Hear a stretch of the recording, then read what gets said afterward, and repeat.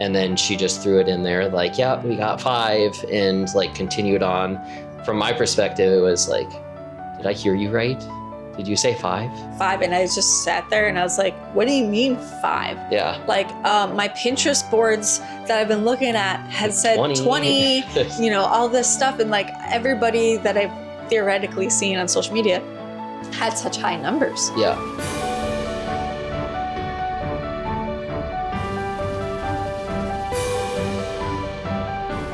Hello, friends, and welcome to The Long Way There. I'm Sarah. I'm Brady. And this is a podcast about infertility, IVF, loss, and really what it takes to get the family that you've been believing for. And I will say we're not experts. We do have experience going through this, through the heartbreak, the loss, the waiting rooms, the doctor's appointments. We're just giving our honest feedback and our experience to share with you all. Yeah. So whether you're navigating, infertility, your own long way there to parenthood, we hope you stick around. Or if you're supporting someone who is, this is a great episode to listen to get some facts and some knowledge. So today we were going to walk through our first round of IVF, our first cycle, the thing that really just got us into the thick of infertility. Yes. So we left off with the last episode. Sarah was the patient at the hospital. So starting from there, Sarah, can you kind of take it away? What were your thoughts when you were the patient going in our first IVF cycle?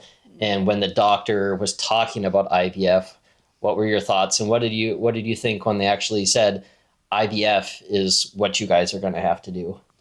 Yeah, I think we touched a little bit in the last episode, but I remember sitting there just thinking like, IVF what? And then the nurse or doctor was sitting there and was like, yep, it's going to be injections in the belly, like lots of shots. And I think I honestly maybe blacked out a little bit just because I'm not a shots person.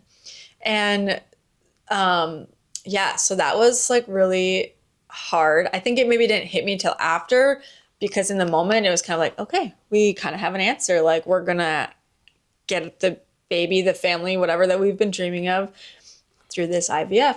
And of course, nobody we knew had ever been through it. So I didn't know who to turn to, anything. Like we were kind of in this alone in the dark. Yeah, we truly were just by ourselves. You can Google things, right? But we're also told not to Google things because there's a scary side to see Dr. some of the Google things there. Isn't everything, Dr. Google's cracked up to be. So then we're like, okay, yep, we're going to do this.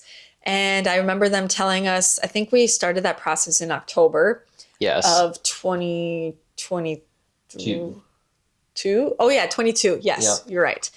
There's so many dates now to remember that. I know, so many milestones. Okay, so we started that in October. And I think the first test that they had to do, they did some blood work and tested my levels. So they test for like your AMH and, other things. But the only thing that I ever really remember is my AMH. And that was like 0.9, which... very low. Yeah. For those of you who don't know, and maybe Brady knows more of the technical side, he can explain. But it basically is a number determining how many eggs that a female has in their body. Yeah. And... we weren't technically given, like when we got that level, doctors at that time were just like, oh, things are good.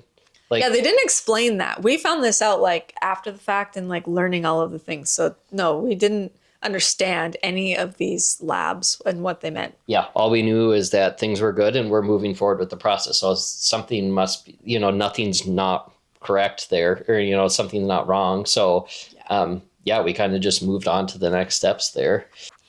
So I remember them saying that I needed to do the saline sonogram test, and then they would schedule us for the IVF cycle. Yeah. And of course, your first round of IVF, you're always naive to everything on like what's happening and what the tests are. So I had no idea what this was. So I go in, basically you lay down on the table and obviously you have no pants on. I was in the room. Oh, wait, no, I wasn't in the room. Not for this one, no.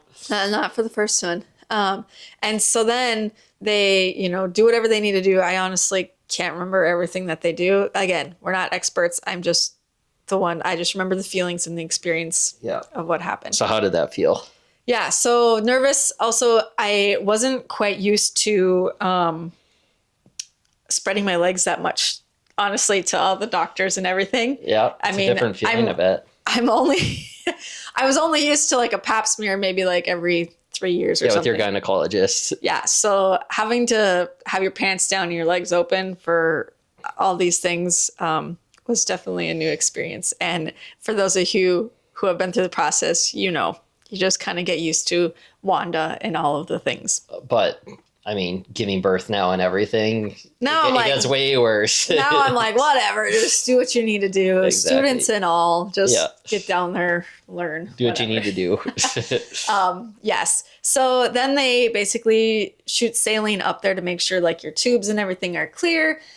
But what they maybe didn't warn me on was how uncomfortable it is. Mm-hmm. So basically, obviously, they're shooting saline up to like make sure things are clear, but with that comes like cramping, and to the point where you're just like it takes your breath away just a little bit.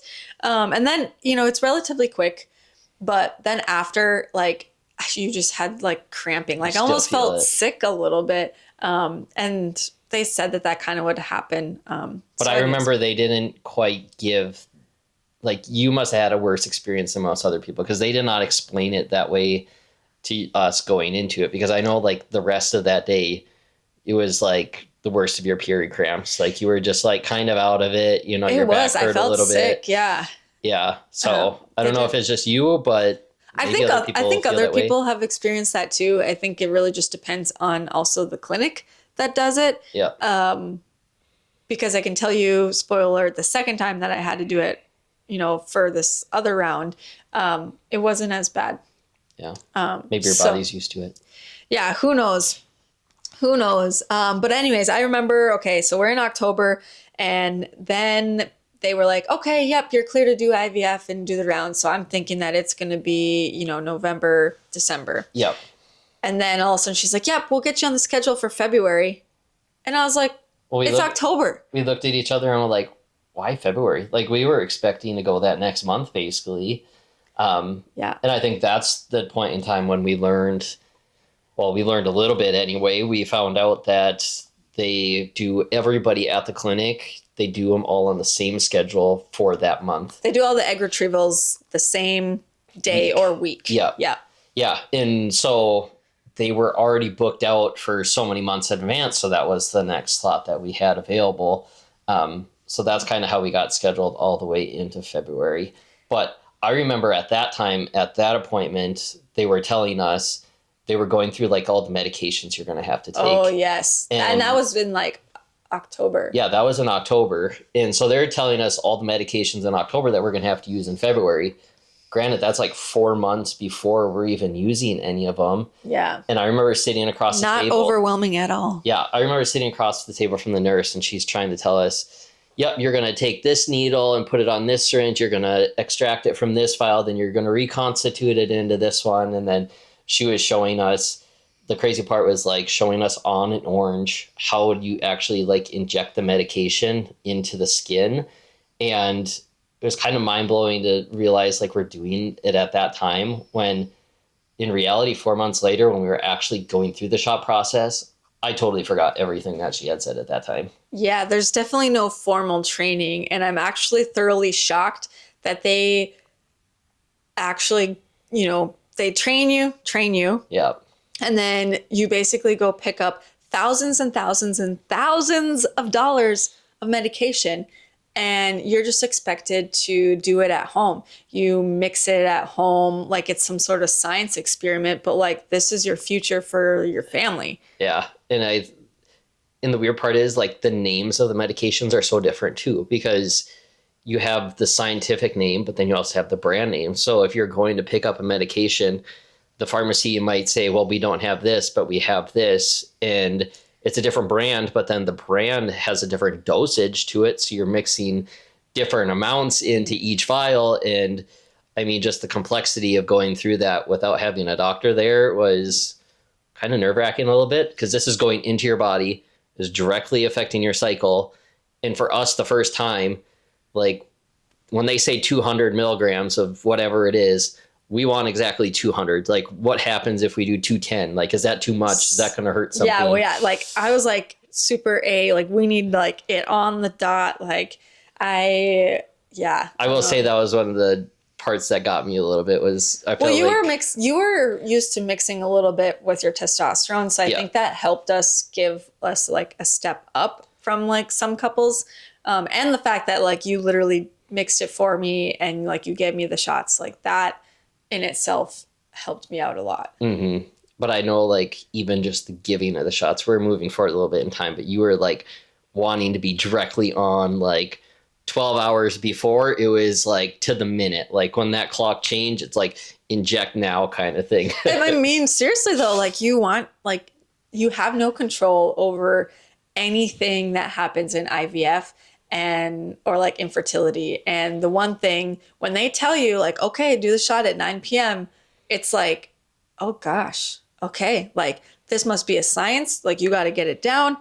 And again, if any of you girlies listening or even guys who are listening, you would understand, like if it's your first time, you have no idea that there is a little bit of wiggle room. Yeah. And so that first time you need to get it right. You don't know, like if you're going to be 10 seconds off, 15 seconds off, what is that going to do? Yeah. If that's actually going to affect something or not. Yeah. And yes, us ladies can be a little crazy and, like, but it's your body too. So I understand it. Like, you know, and we just want everything to be right. Like you put all this money into it, the time, so much money and the effort, and the emotions. Pain, the pain going through the cramping and everything. Yeah. Okay. So let's walk through, picking up the medicine. Yeah. Do you remember that day when we picked up the medicine?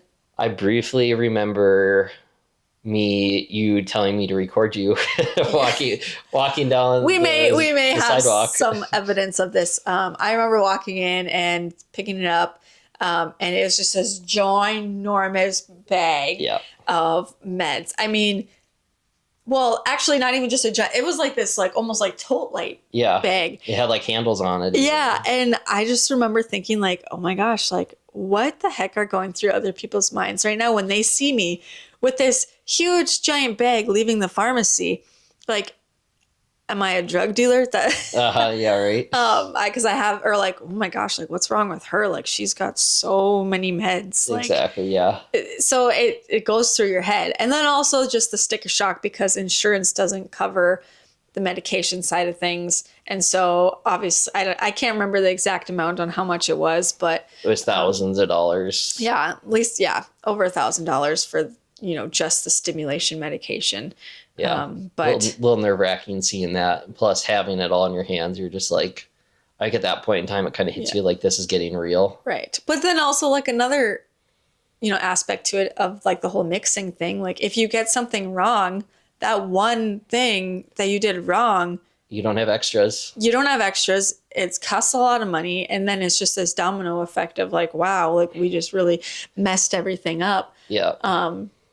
But yeah, that was pretty crazy. So that first night that we had to take the shot, obviously I'm panicking just in general the whole entire day. I'm nervous. I'm like, oh my gosh, are we doing this? We're doing this. Like I read through the instructions. I read through all the protocol, the things.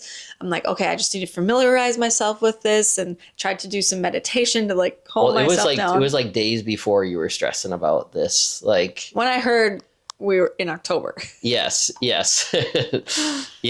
So you were stressing, and I know definitely you can go into it more, but I did not make that night any easier for you. Yeah. So also at this time, for everybody's knowledge, Brady was kind of going through his own health stuff, like outside of just the testosterone stuff. You were just like sleep deprived, exhausted. We didn't really stress from work at Cohen's. We didn't really know exactly what was causing just what was happening. Yeah, the stuff. Yes. Yeah. So Brady told me he was going to go to bed early, and in my head, I'm like, okay, great. He set an alarm. He is that type of person. He's on it. Did he set an alarm? No.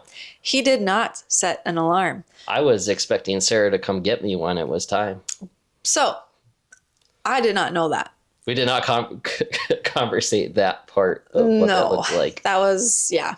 So then basically I'm sitting down here in this exact room, and it is like 5 minutes to, and I'm like, and then I'm like, oh my gosh, Brady needs to get up. He needs to like mix the medication, all this stuff. But then I'm like, he's sleeping. And I'm like, but again, he's got an alarm. He's got it set. He's got it figured out. And then 9 o'clock hits and I'm bawling because I'm supposed to be giving the shot. So then in my head, I'm like, okay, well, I'll show him. I can mix the meds. I get upstairs. I'm like, I don't know what I'm doing. Again, they don't train you on this stuff and whatever. So I thought we were going to, tag team this, do it as a team together. So anyways, finally, I think it's like 9:05. I get you up. And then you're like pissed. You're like, why didn't you come up and get me? I'm like, I thought you were organized and had an alarm. Well, because you were like every other time. I woke up and you're just like bawling your eyes out and you're just hyperventilating, bawling. Yeah, and you're just pissed at me. And I'm looking at the clock and I'm like, great, we missed the time. Like, we're late now. Like, I didn't know if that was a huge thing or not. Yeah. And I know you were stressed about it. It's so just stressed. like, it's just like in my mind, I'm like, why didn't you, if I wasn't getting up, like, why didn't you just come nudge me or, something? I would now. I'd be like 15 minutes before I'd be like, get up. Yeah. Yeah. But maybe he'd be smart enough to have an alarm now. So yeah, now I would. Just in case. That first shot, we do have video of it. We mixed up the meds. I'm still kind of bawling. But I do remember it was not as bad as I hyped it up to be. Yep. I think I even remember like not feeling it as much. That was not a painful shot. Yeah, I think it was almost like the second day, I knew what to anticipate. Mm-hmm. So I think it was like the gonal F had a little bit of the sting and burn to it. I call like all of the shots I kind of call like a little snake venom. But that kind of comes into later play as well. Mm-hmm. So I also think I was surprised with the cycle that, like you said, they kind of had us timed on all the things that they put us on birth control. Yeah, like when they told me that, I didn't think anything of it because this is the doctor's office. They know what's right. Like they go through this process and everybody does this. Well, lo and behold, like after the fact, we find out that not everybody does that. Not every doctor office puts you on birth control to get you on the same cycle as everybody else in the office at that time. So I think that's where also too, medication doses. I thought what they gave you is just what everybody gets. So I feel like the protocol that we were given at that time was not like discussed that this is why we're doing it. And, there are other options, but this is what we're doing and this is the best time. It was almost just like, you're so naive that this is the process and this is what we're doing that we just followed along blindly. Mm-hmm. And I think after the fact, that's when we really dug deep and were really, to be honest, a little bit upset that we didn't know any of that information. Yeah. Because we might have been able to speak up or change something. Granted, at the time we probably wouldn't have been able to, but yeah, it just kind of makes you feel a certain way when, some information is kept from you. Right. Yeah. I think that's almost a whole nother episode in itself of just like, trying to reach those people who are doing the IVF for the first time and being like, before you even go into that, like, here are some things that like we wish we would have known. Questions to ask, even like here's stuff to think about, just to hopefully save yourself some heartache in the long run. Yeah. Because I feel like it may have saved us some in the long run. So with egg retrieval, there's monitoring every other day. And I remember going in, obviously not very familiar with Wanda. Lovely Wanda gets used to... Not the fun Wanda that you use in your bedroom. No. Go on. And so basically, yeah, they check your follicle sizes to see if they're growing and tracking that. Also, what I didn't expect going into it is like just all of the appointment times. So you not only go in there, you get your labs for the ultrasound, and then you get the blood labs to see kind of how your other levels are rising. And yeah, and I remember them never really telling me, like, again, they're saying like, yep, your ultrasound looks good, your follicles are growing, but they never really told me how many or, anything like that, kind of going back to the AMH, that I had lower levels, meaning that I had, lower egg counts. And we never really knew how my body would react to the stimulation medication. Yeah. And that's another naive part of us, was like not even to ask the questions, like, how are things looking? How many do you see? Like, we didn't even know that they were counting them behind the scenes. Like, we were just totally oblivious when we were told, yeah, everything's looking good or everything's on track. It's like, okay, what track are you on versus what track do I want to be on? Like, I want to be at this number versus you guys are expecting us to be here. It was just kind of, again, just being left in the dark on some of the things we felt we should have been included in on. Right. Yeah. And with everything, right, there's social media, and we looked at Pinterest. I looked at Pinterest, I should say, to kind of get IVF like content ideas and just seeing what was out there. You're seeing people who are getting, 20 eggs, 18, 30, and all of these things. And you're like, oh, okay. So like that to me set the standard in my head of like what like egg retrieval should look like. And I will say too, like during that time, you were feeling the symptoms of, like, you were feeling extra bloated. Like you were feeling all the signs and symptoms that like I had the headache. That was probably one of my first symptoms, was a headache. And then like the bloating and just a little bit of sore and tenderness. But yeah, again, we never knew anybody who went through IVF beforehand. So we didn't really know like how bloated some people get. Like there's some people who do have like the 20, 30, they're like, they look pregnant. Yeah. And that was like one thing that I learned, is during egg retrieval, basically your ovaries are usually the size of a grape, and they can turn into the size of a softball. So imagine 2 softballs in your stomach there, and just trying to function, and how uncomfortable that is. Being uncomfortable, being irritable. It's like, you wonder why, like, we're being pumped with hormones and we got 2 softballs in us and we got a headache and we're tired and exhausted and emotional. So all of that. But I remember leading into egg retrieval day, we had our letter board. We were all excited. Yeah. Kind of. That was the day. That was like, we were like, woohoo. Yeah, we waited those days in anticipation, and like this was the day, like this was happening. Like it's kind of like our, I don't know, like a memorable day that we're gonna have. Right. So yeah, egg retrieval actually ended up being on Valentine's Day. Yeah, it was. I remember that now. So romantic. Yes, we didn't do anything that night, let's say. No, probably just cried. Yeah. So we go in, they get me all prepped and all ready, the hairnet, the gown, the everything. They take me back.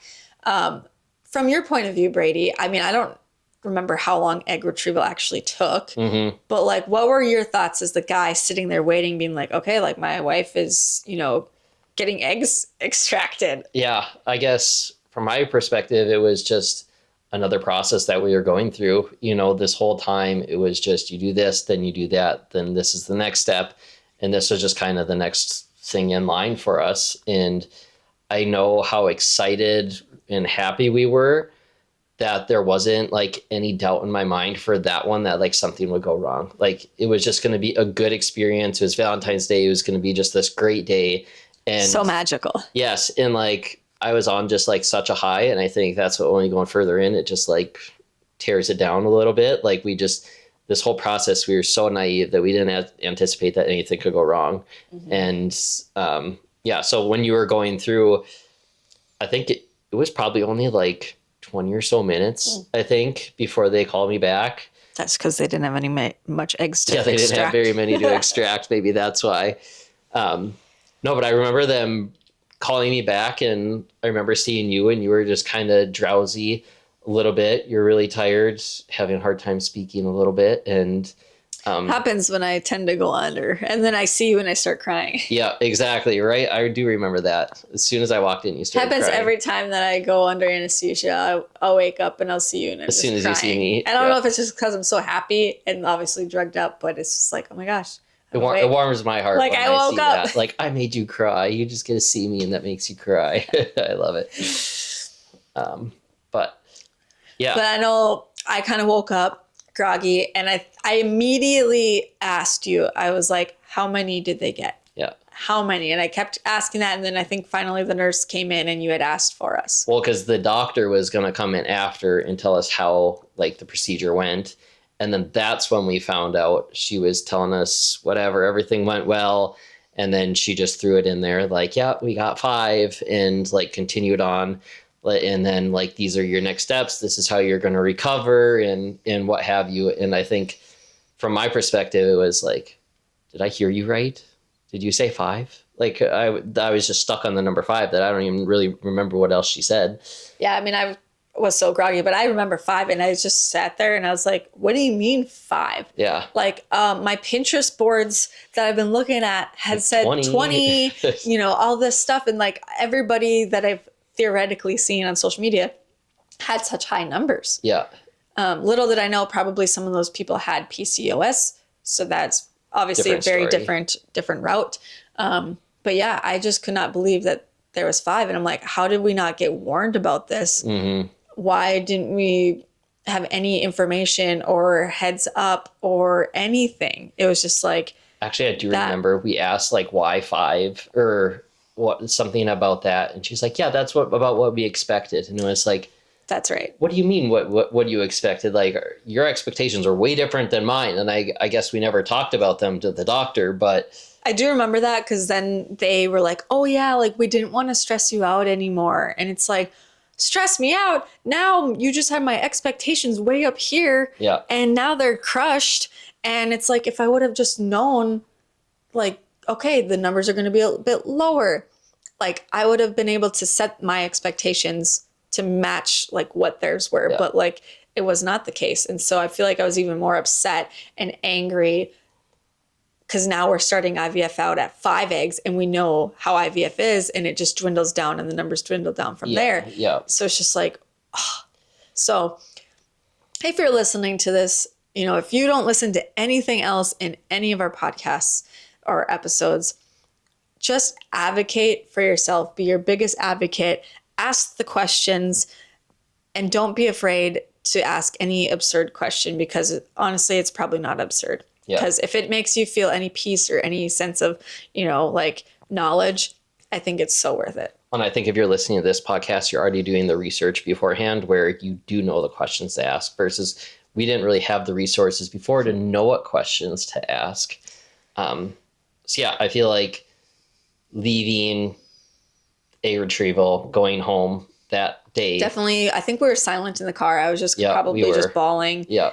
But you were still drugged up and stuff too. That's true. I remember you being really tired because they gave you an Ativan to make you kind of calm, relax a little bit. I should have some of them more often. Yeah, right.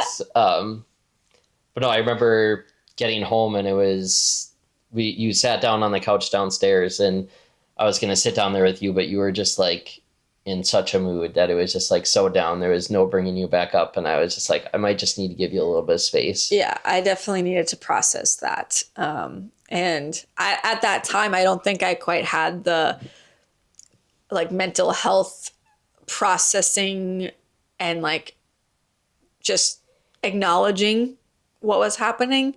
At that point.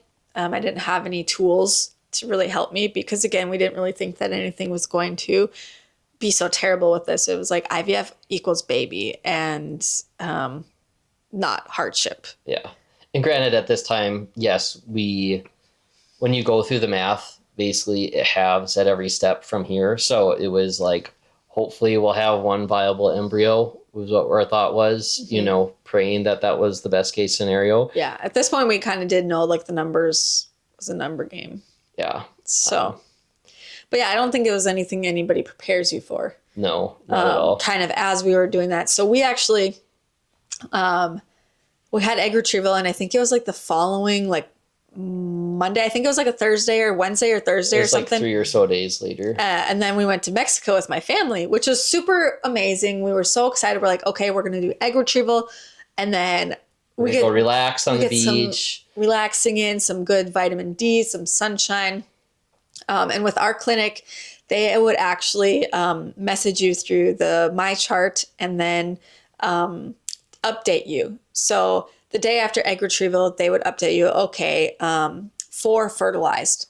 So then we're like, okay, that's 1 drop off. Yeah. Mm-hmm.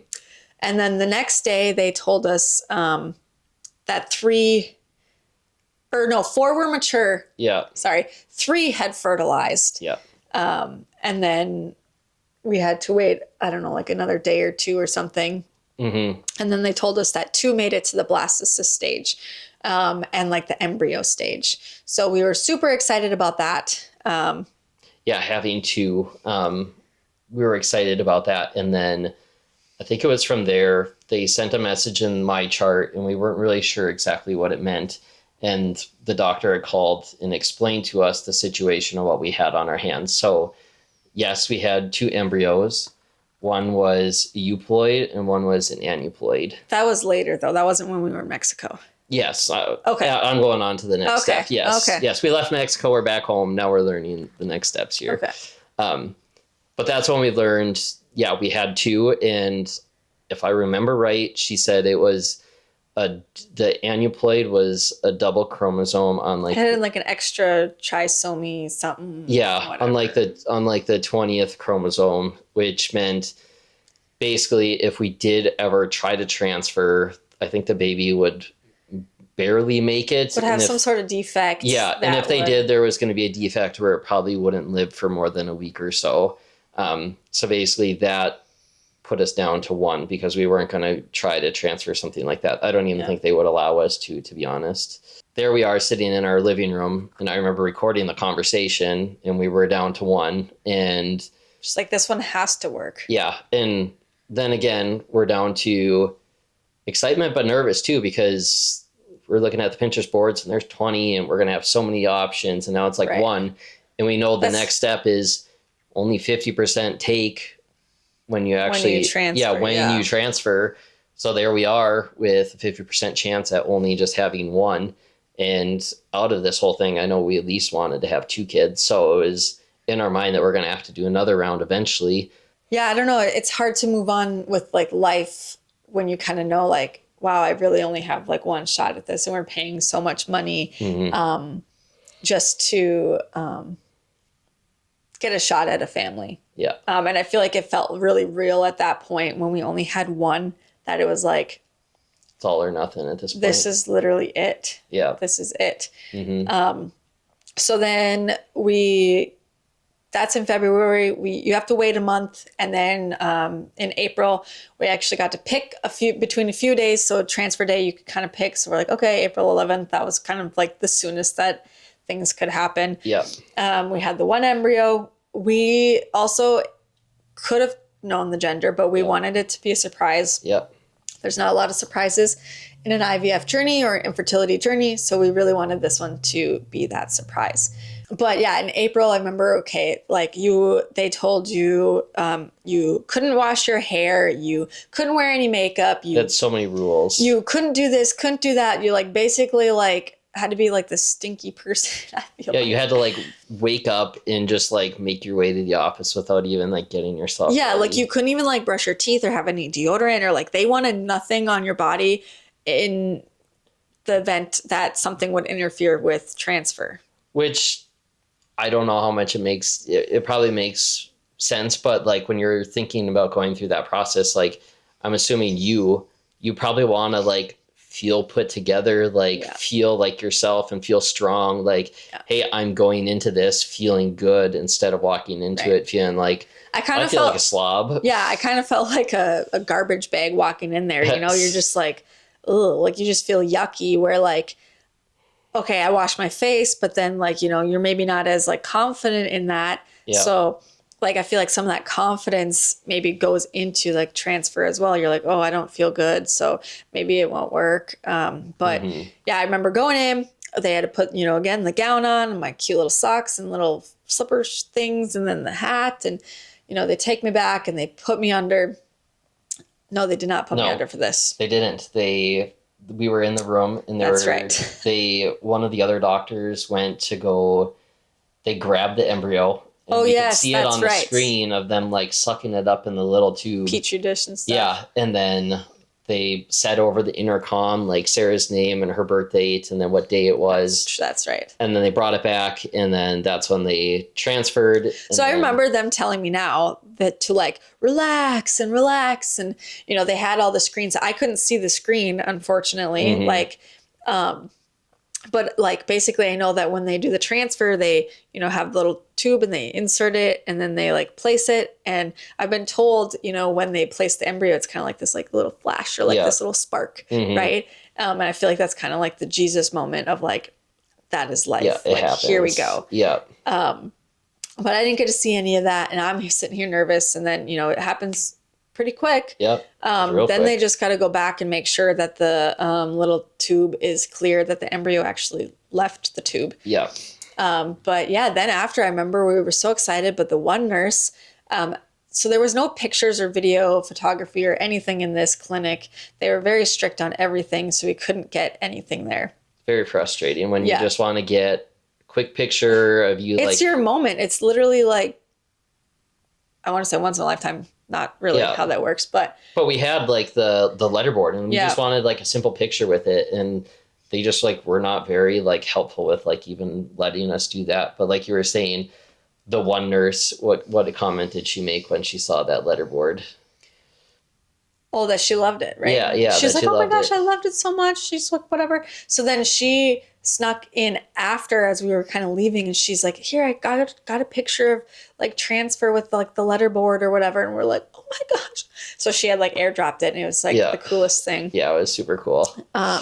But yeah, so then transfer, and we were just magically waiting. And you got to wait the 2 weeks, and just kind of, we were holding on to like that hope that everything would work out, but also you can't help but have anxiety and fear because it's uncharted territories. You don't know.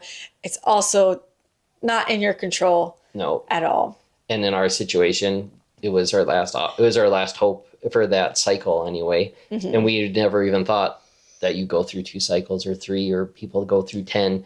Like we were just, all of our hopes were on that one cycle, and this was our option and our chance. Yeah. So if you are still here, thank you for listening. We hope that if you are in the thick of IVF or your own infertility journey, that you can, you know, hold on to that hope. It's not all about, you know, percent and appointments, even though like that definitely runs your life. It runs your calendar. Yeah. It runs a lot of things. But just know that you are not crazy, although it does feel that way sometimes. That's where you have each other to rely on each other and just be each other's backbone when you need to, and just rely on each other. Absolutely. So feel free to hit that like button if you're watching on YouTube. Leave us a review on any platform you are listening to this podcast on. And we'll go from there. So sometimes messy, always real. Let's do it together.